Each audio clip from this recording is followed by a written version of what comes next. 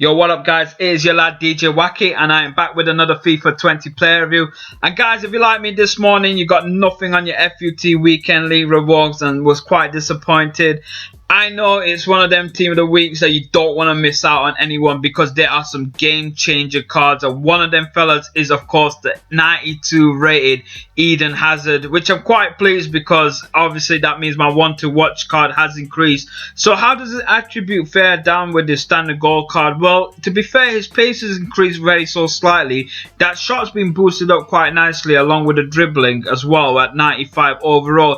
Physicality always seems to be a bit of a problem when it comes to Hazard. Obviously he's not great on aerial strikes. He's not that tall firstly at 5'9", but at the same time you shouldn't really worry too much because that stamina being at 85 is what you're gonna want more than anything when it comes to the physical side. You want him to last throughout the game time, and whilst Hazard does have quite a few steam on him, I think extra time is when it's going to be an issue. Anyway, I'll give it a bit of a breakdown when it comes to obviously the game footages that I have over here. Mainly what you guys were probably wondering, is it a better increase since his 91 rated? Is it worth spending that extra pretty much 350k from his standard to his inform card to get hold of the best Hazard as possible? Let me just clear up something.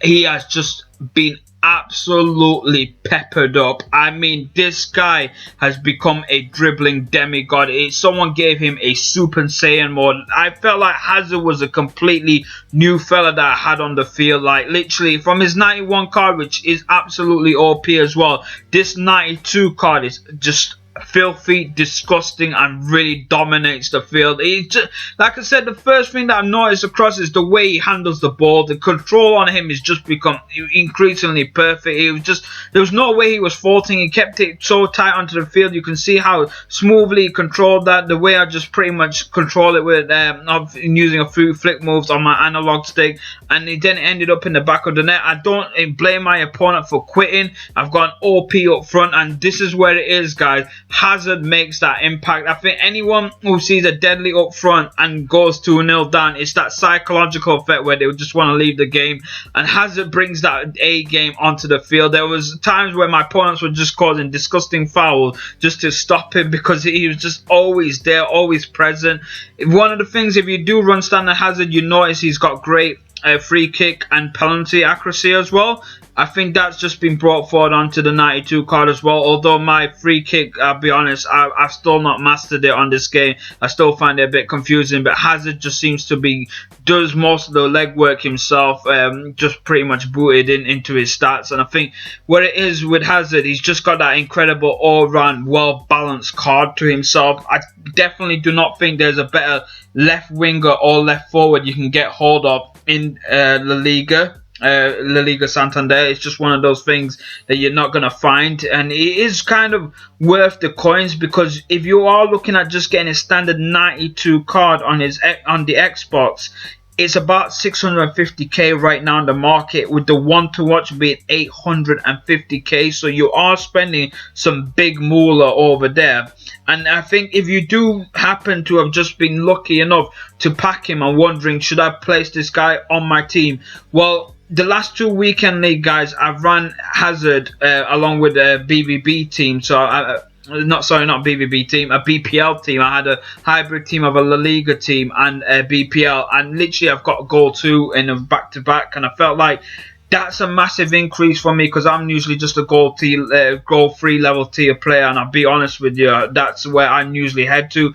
But it's just the fact that players that I have up front, like such as Hazard, Aubameyang, Mohamed Salah, these are all main big boy cards that I can get hold of, and they perform really well. But by far, I feel like Hazard is the best one out of all three that I've just named over there. And there's other players that I have run, like Didier Drogba not long ago, and I just again feel like Hazard has a better presence. So I can't boost this guy up anymore. I just literally think he's probably the best player I've used so far this year on FIFA, excluding freaking Pele that I got for 3 games, literally on loan at the beginning. So I can't really make a side-by-side comparison because the 4 games that I did have, he did end up creating 2 assists and 5 goals. That's just more work ratio that I can ask for anybody. You can see the way he just handles that control over there, the way he's just being more and more offensive. My opponent ends up getting a red card and causing a disgusting foul just because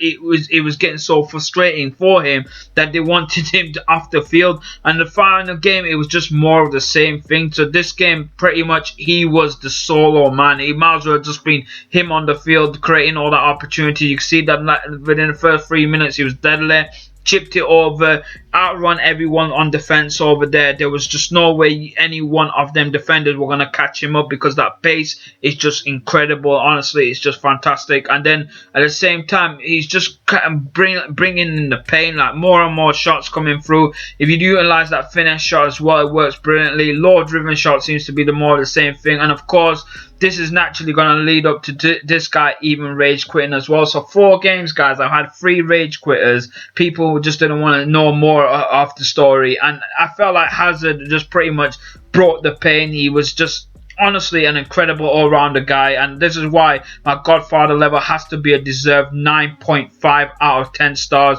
Now, if you know me from last year on FIFA, I'm very stubborn when it comes to giving 10 out of 10. I only give players like 10 out of 10 when it comes to like Prime Henry or Pele or someone ridiculous like that level of value. So I couldn't really make a full comparison, so this is why I didn't want to push him up to 10, because the cons are something you need to watch out for. So the aerial threats he's not great at. He does run out of steam on extra time, and I think that is quite noticeable for those who do run Hazard. You notice that he does get tired, and that's because he pretty much carries himself forward like a horse, and he just keeps working, and at some point you need to replace that side of the field. But there's just too much pros that I can lift off, and obviously it's just well deserved all round the card.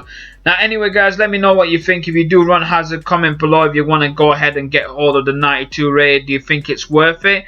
If you are new to the channel, hit that subscribe button, because people, we are on the way to 1,000 subscribers. So let's get this done and dusted. And let me know what anything else that you want me to share. And like I said, I'm always happy to put my thoughts forward. Ask any information, I'll always do that. But it's worth obviously checking out my other videos if you are into FIFA and looking into player reviews. Hopefully it helps you guys out along the way. But yeah, like, share, subscribe, do all the great stuff. And people, I'll see you all next time. Peace up. Group A, we got Clubberg, Berg. I don't know, it's a freaking Belgian They've club. lost anyway.